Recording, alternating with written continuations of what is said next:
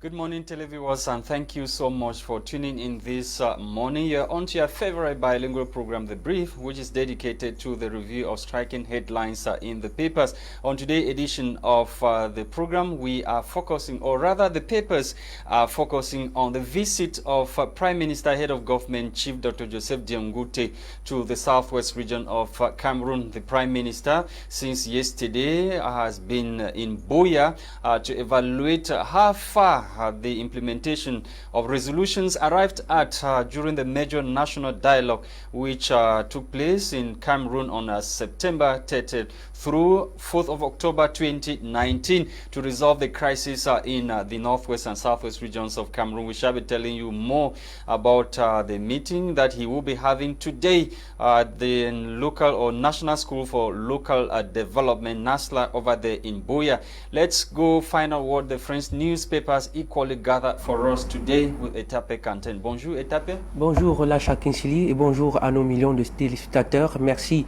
de nous rejoindre dans cette grande revue de presse bilingue de votre émission débrief de chaque matin de édition de ce 23 septembre 2021 sur My Media Prime TV de Eyes of Africa. Commençons tout de suite avec l'hebdomadaire Tribune d'Afrique qui nous parle de la sécurité et titre à sa grande une: tuerie dans le Nozo, les militaires et civils qui sont assassinés froidement, l'intolérable silence.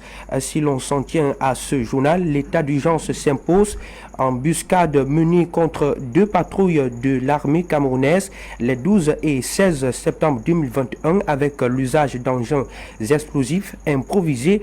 Des lance-roquettes anti-chars confirment la nouvelle configuration d'une barbarie commanditée de l'extérieur avec les soutiens internes. La communauté internationale, la classe politique et les ONG sont curieusement à fond.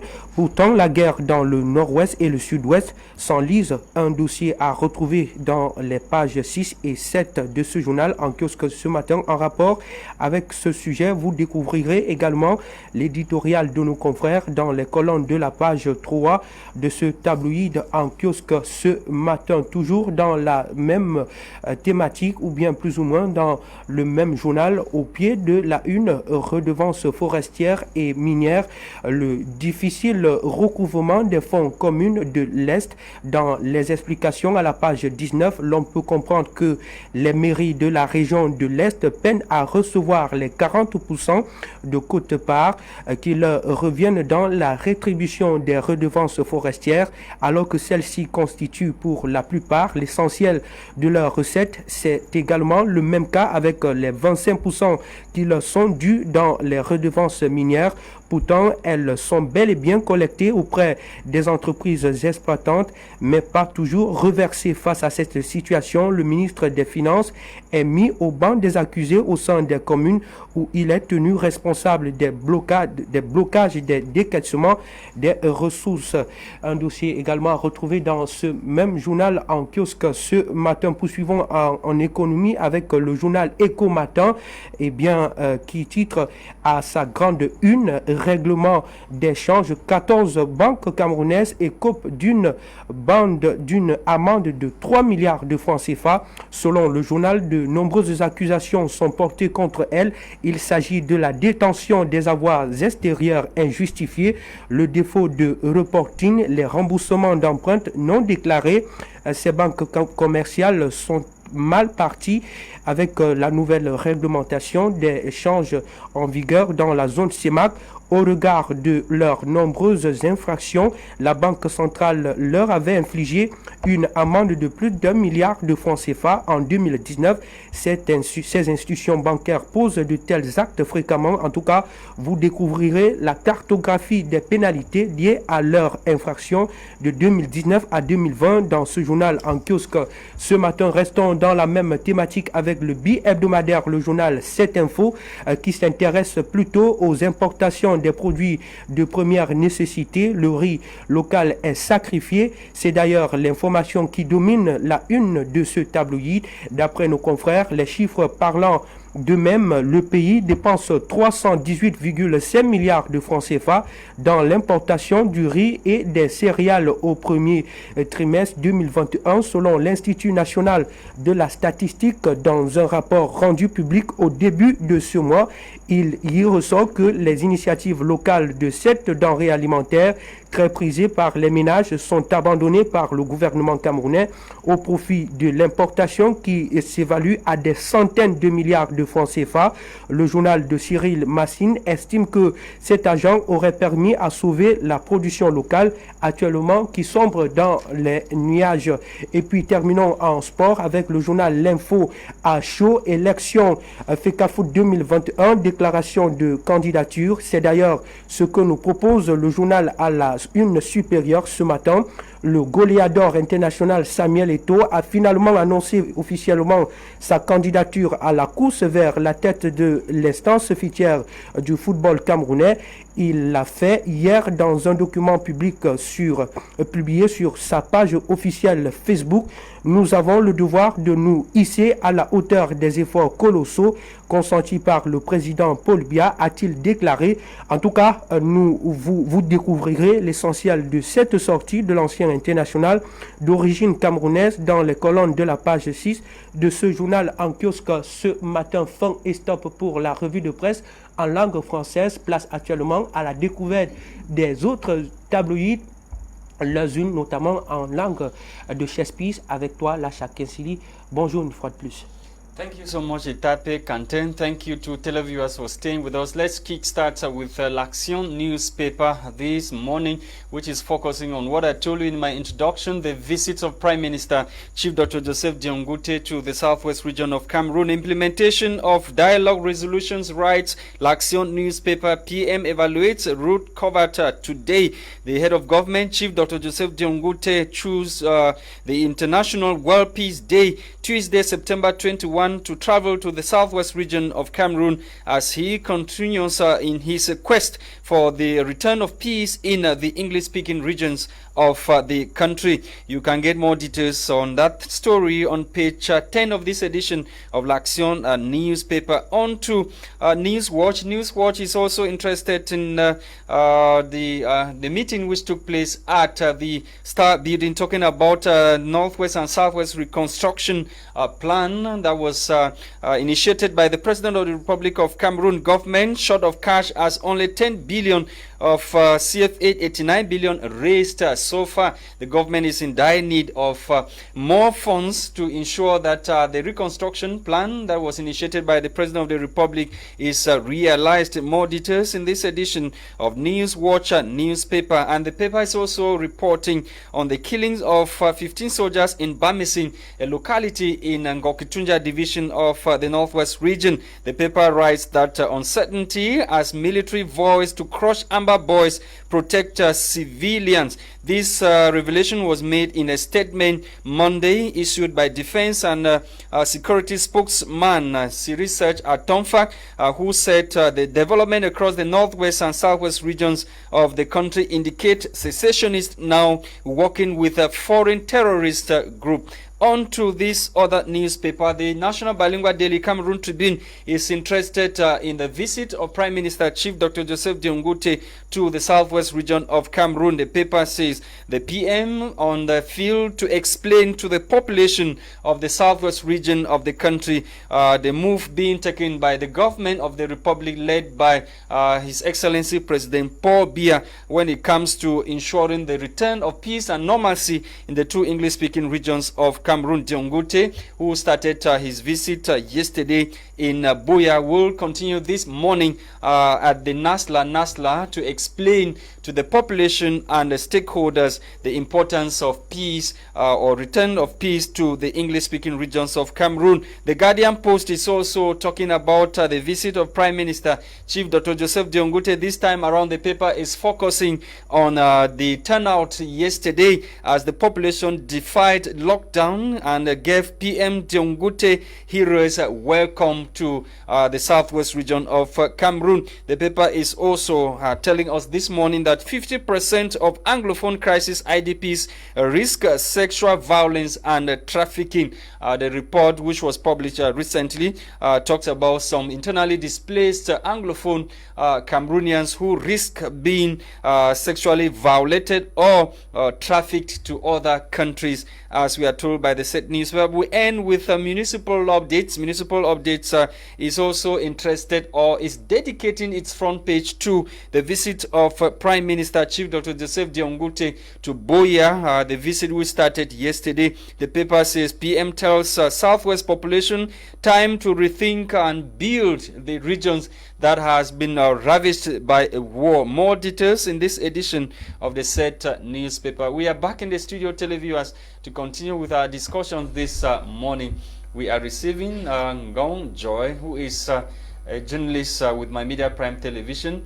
Good morning once again, Joy. Good morning, Lasha. It's always a pleasure to be morning? here. I'm doing fine this morning. The Prime Minister, head of government, is in the southwest region of Cameroon, and this morning, 10 o'clock, it's already 10 o'clock. He should be meeting now with stakeholders of the crisis, and we are told that he is there to follow up to evaluate how far the implementation of major national dialogue resolutions have gone. So what is your take on these 2 years after the resolutions we arrived at, and this is this time that the Prime Minister is going to the region? Well, 2 years, like you said, after the major national dialogue, and it is now that the Prime Minister is going to see how far the resolutions of major national dialogue were implemented. It really, I don't know if it makes sense, or because first of all, the Prime Minister, I think that he's making another mistake, one of the mistakes that were made during the major national dialogue, which was a dialogue without the main people involved in the Anglophone crisis. And now he is going to the southwest region to meet the chiefs, and he is not meeting the main people, the main parties involved in the resolutions were already arrived at, right? He's going to find out how far exactly those who were charged with the implementation of the resolutions, they have gone.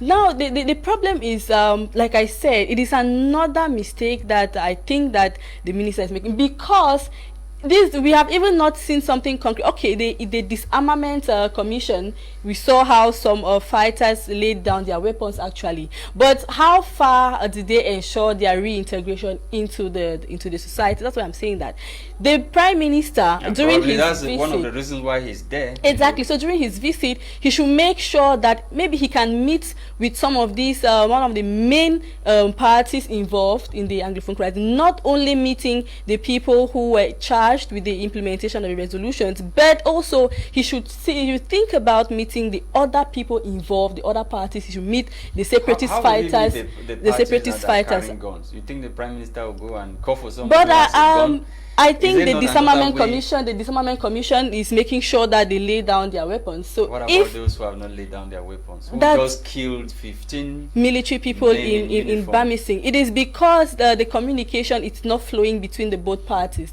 They should try as much as possible to have a discussion with these people, with the main parties involved. I think that because one of his missions there is to ensure peace, is to ensure an end to the crisis. So if he wants to ensure an end to the crisis, it shouldn't end at the level of checking the implementation of the resolutions. The Prime Minister is going to the southwest region of the country barely 2 days after his Director of Civil Cabinet, Confiance Ebone, chaired the third steering committee that has to do with the presidential plan for the reconstruction and development of the Northwest. And we're told that the government still needs more money to realize the budget, the initial budget that was earmarked, that was estimated to cost the government 89 billion, and war is still ongoing. We are looking for money to reconstruct for people to come and destroy again? That's the Are we issue. not putting the cart before the horse? That's the issue. I was just about saying that we are reconstructing a country that is still in war. How can we reconstruct a country that is still in war? They are still burning. The other day, the houses were burnt still in the northwest region. Schools were burnt in the southwest region. How do we reconstruct a country that is still in war? The destructions are still they told us that there are other areas where hostilities are not really at its peak. If it's not its peak, and it means that there's nothing to reconstruct. So what then is the budget for? If it's not its peak, those areas that were already destroyed, some bridges, some hospitals, and other areas that are, there's still violence going on. There's still violence going on. You cannot tell when this place is going to be attacked. You cannot tell when the boys are going to attack this particular place. You cannot tell when these destructions are going to occur. We do not know that in Bamising 15 soldiers were going to we be doing as Cameroonians, as patriotic Cameroonians, leaders who have been, given the opportunity to lead us? What should we be doing as leaders? I think, like I was saying earlier, first of all, the Prime Minister is already in the Southwest region. I don't think he should leave that region without having a sincere dialogue with the other parties, with the leaders of the other parties. I don't think he should be leaving that, because if he leaves that region without having a sincere dialogue... So are you saying that somebody like No Pity, somebody like other generals, the Prime Minister should use another means to talk to them? Yes, he should. As he should use his authority as the Prime Minister of the Republic of Cameroon. And a chief, he's a traditional ruler. Exactly, so he has the powers to do that. Traditional rulers are. Exactly, he has the powers. He should use his powers to meet with these people involved and have a sincere dialogue. They should come to a sincere conclusion. If not, immediately he leaves the Southwest region, you will start hearing another cases of violence, cases of killings, kidnappings that will continue. The trend will continue to go on and on. Divisional delegates are still missing until now. They are still their whereabouts. Exactly. Maybe they have been killed already. One has been killed already. Exactly. Okay, Etape. Parlons toujours de la même thématique. On constate avec le journal Tribune d'Afrique que les militaires sont toujours massacrés avec les civils. Eh bien, face à ceci, est-ce qu'on peut dire l'intolérable, n'est-ce pas, silence du gouvernement? Well, I wouldn't say the government has been totally silent, because we have seen press releases from government authorities in regards to this issue. But I also think that the military themselves, the military personnel, they should also try to employ more prudence when it comes, because they are dealing here, for the case of the Northwest and Southwest regions, they are dealing here with a group of people who they already have the mentality, I can say, they have the mentality that they are fighting for their freedom, they are fighting for their rights. And so there's nothing that they lose. Even exactly, they have nothing to lose, and whether they die or not, these military people have been trained professionally. They have received professional training in regards to military. Most of these separatist fighters, the training they have received, I can say it's not as professional as the training the military personnel, the military people have received. So I think that they should employ more prudence while dealing with the separatist fighters, because it is in history, it is said that most guerrilla warfare were usually won. The guerrilla forces, they always win the war. So I believe that this military personnel, they have the capacity, professionally speaking, to be able to handle these cases well, while waiting for the Cameroonian government to provide a more apt political solutions. Yes, I think political problem that exactly. So personally, individually, they should be more prudent when dealing with the separatist fighters. D'accord. Parlons à présent de l'économie. L'on constate que le Cameroun importe encore le riz, une denrée alimentaire très prisée dans les ménages camerounais. Yeah, right. Before we come to that, I think we should talk about Samuel Eto'o first. We conclude with that. Right on that, you told me about Samuel Eto'o. Parlons à présent de Samuel Eto'o, si vous le voulez très bien. Il a annoncé sa candidature officiellement parlant sur sa page Facebook. Il dit qu'il sera candidat aux élections à la présidence de la FECAFOOT. Quelle est votre opinion par rapport à cette à ce fait?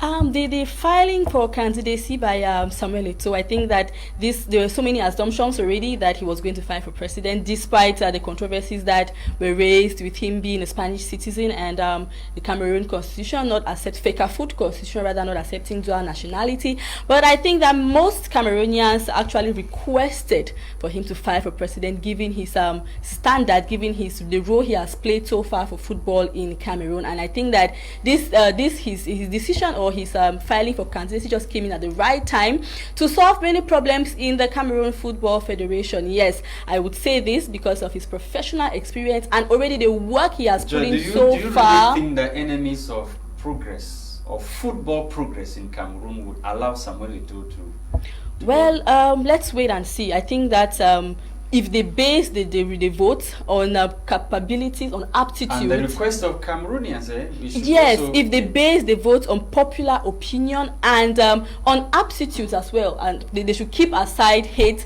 they should keep aside jealousy, or they should keep aside the political aspect of it and look at something that is going to foster growth in our football, as far as football is concerned in Cameroon. Okay, let's talk now about the importation. Voilà, le riz qui est importé au Cameroun a plus de centaines de milliards. Et alors que cet argent pouvait être consacré pour sauver les bassins de production locaux du Cameroun de cette denrée alimentaire très prisée dans les ménages. Qu'avez-vous à dire à ce sujet? I think that the government has to rather encourage local production of